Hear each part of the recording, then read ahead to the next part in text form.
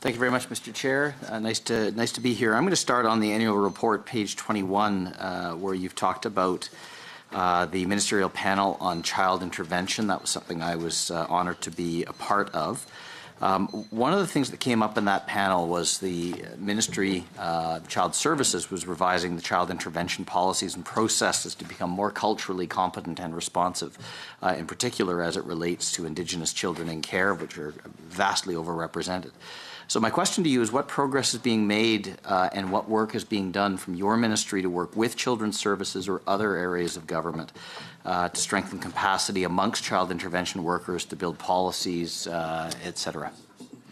Thank you for the question. I'll offer a bit of a sort of an overarching answer, and then Clay Buchanan, the ADM of First Nations and Métis Relations, will provide some additional information.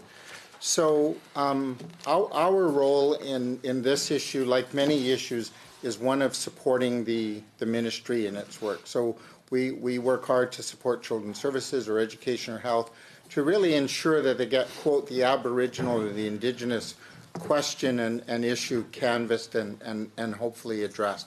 So I just wanted to sort of clarify that really the policy and program resources for this issue isn't in Indigenous relations, it really is in children's services. The expertise that we always bring to the table is one around relationship building and how to properly and faithfully conduct engagement with First Nations and Métis communities and really to ensure that those communities are fully engaged. So that's sort of Indigenous relations overarching responsibility, and I'll turn to Clay for a bit to fill in some of the blanks. Sure. Thank you, Donovan.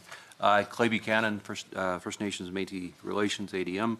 To answer the question, twofold I would answer. One is we do have different committees that IR staff participate on in supporting child welfare.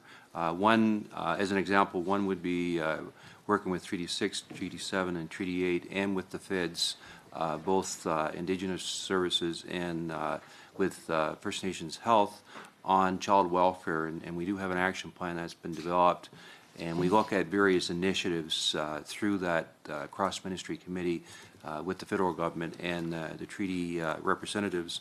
In addition to that, I would say that really a lot of the work we do is working with communities to improve the social economic outcome in those communities.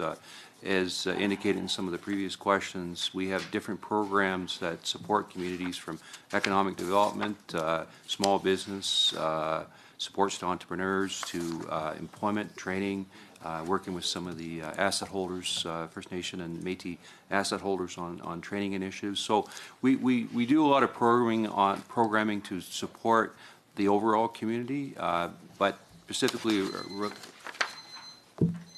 did you want to finish your response real quick? Just as it relates to your question, sir, we do have various cross-ministry committees, and as Donovan indicated, we do a lot of work on the relationship piece with First Nations and Métis communities. Thank you.